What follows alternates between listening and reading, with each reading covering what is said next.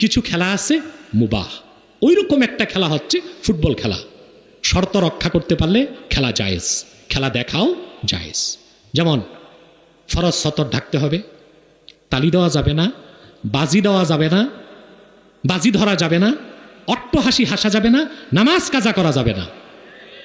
আপনি ফুটবল খেলা এই শর্তে খেলতেও পারবেন, দেখতেও পারবেন, এটা জায়েজ। বিশ্বকাপে তো এই শর্তগুলো রক্ষা হচ্ছে না, দেখবেন না? কারণ আমি একটা উদাহরণ দিয়েছিলাম, যারা হলিউড বলিউড দেখেন তারা যতক্ষণ বিশ্বকাপ খেলা দেখবেন ওই বড় হারাম থেকে ছোট হারামে থাকবেন। আমি কিন্তু বিশ্বকাপ খেলা দেখাকে জায়েজ বলি নাই, আমি বলেছি একটা মোর হারাম একটা লেস হারাম। হ্যাঁ, একটা মোর হারাম আর একটা লেস হারাম, একটা বড় হারাম একটা ছোট হারাম।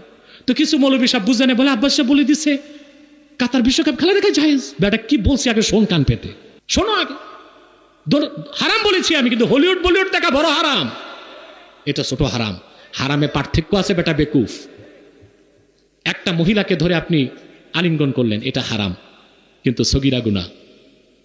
মহিলার সাথে জেনা করছেন, এটা হারাম কবিরা গুনাহ।